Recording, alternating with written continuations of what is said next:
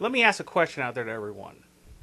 Do you truly believe in 2015 that World Wrestling Entertainment is going to truly put over the Divas division on a level close to the main eventers in WWE right now? I don't think there's even a chance that they'll even get to the level of upper mid-card or even mid-card. Right now, sure, they're being pushed right now. As of August 2015, they're being pushed pretty hard right now. But you can't tell me 6 months from now, a year from now, that we're going to be back to the same crap that we've been dealing with for the past God knows how many years, where the women come out, they wrestle for 2 to 5 minutes, and it's over, and the crowd is quiet.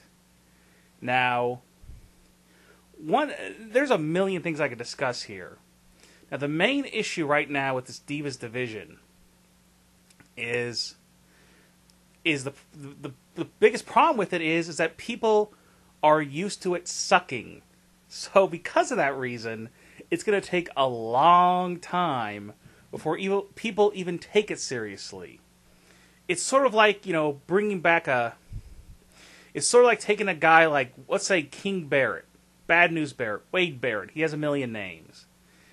It would take a very, very long time, in my opinion, to get him to a level that he was at when he was the leader of the Nexus. Now, I think with a male wrestler, it is easier to do that with. With the women, because all the women are basically, looked at almost, like, enhancement talent almost to a degree, and that same level to a degree.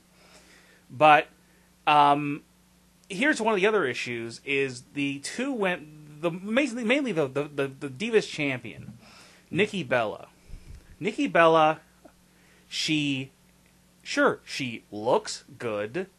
She is an okay wrestler.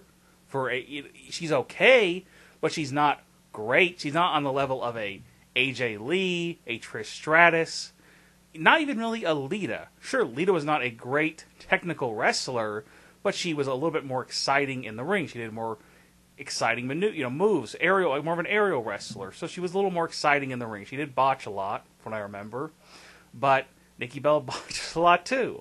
And look, don't get me wrong, Nikki Bella, she's attractive, but she is just not the person. She's not the woman who should be front and center in this Divas Revolution thing. And I don't know if she's going to be. Right now, it seems like she might be, just from the way that they're pushing her and they're protecting her. I think she's lost twice on television since these NXT women have been brought up. So, I mean, they're protecting her a little bit, but not to 100% degree. She is, in my opinion, one of the biggest, right now, like I said before, she's definitely one of the biggest issues right now in this Divas division. You need to freshen this whole Divas division up, and having her still be front and center is a bad idea. So moving on to the other big issue, no storylines. None. There's no storyline. Some people have said, the storyline is everybody is trying to unseat the Bella Twins as the top divas. They're trying to unseat Nikki Bella. They're trying to take the title from her. They haven't focused enough on it. They're not really talking about, Charlotte, Sasha Banks, or Becky Lynch, or Paige is trying to take the title from her. No. They're not really talking about that. They are talking about the fact that Nikki Bella has held the title for 270-something days or whatever, and she's going to surpass AJ Lee soon as the longest reigning Divas champion of all time. They've been talking about that for the last few months. But that's not enough, and it just shows on TV. Now, this past week on SmackDown, some people don't watch SmackDown. Some people only watch SmackDown. I watch Raw and SmackDown. I'm one of the few, I guess. But on SmackDown, they did have this in-ring talking segment, which they haven't really done. I guess the first time they showed up on TV, the NXT women, they showed up. I think they may have spoke. They were in the ring. They didn't wrestle. I don't think they spoke. I don't even remember. But this in-ring talking segment wasn't great. It wasn't even really good, but it was something different than what we've been getting. Every week, these women come out. They have a different rotation of women who wrestle each other, and they just have these long, pointless matches that lead to absolutely nothing. Now we found out later on that they were going to lead to this 3-team elimination match at SummerSlam.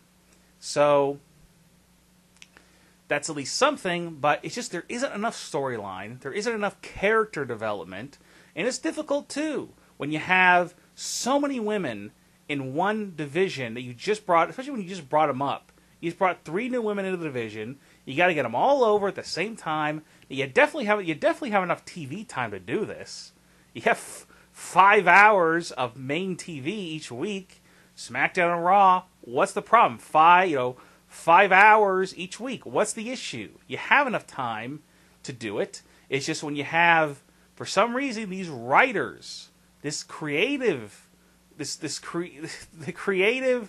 in WWE is so. I mean, look, if I had to write a 3-hour show every single week, it would be difficult. But when you have 30 writers, yes, you heard that right.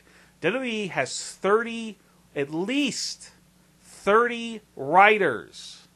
You would think that they would have somebody think of an idea. Someone. But they don't. They don't think of any ideas. If they do, maybe they get shot down. I don't know. But here's the thing. This whole Divas division thing is just... I just don't believe that this thing is ever going to take off that WWE wants them to. You know, you have the announcers trying so hard to put it over, saying these stupid things like, you know, female athletes aren't about tummy tucks or butt implants anymore. That's the dumbest thing I've ever heard. One of the dumbest things I've ever heard announcers say. It's just, it's not working right now. In 6 months, who knows? I don't think that they're going to be trying this hard in 6 months. It's going to be maybe a little bit better than it was 6 months ago, the Divas division, but it's not going to be what they want it to be.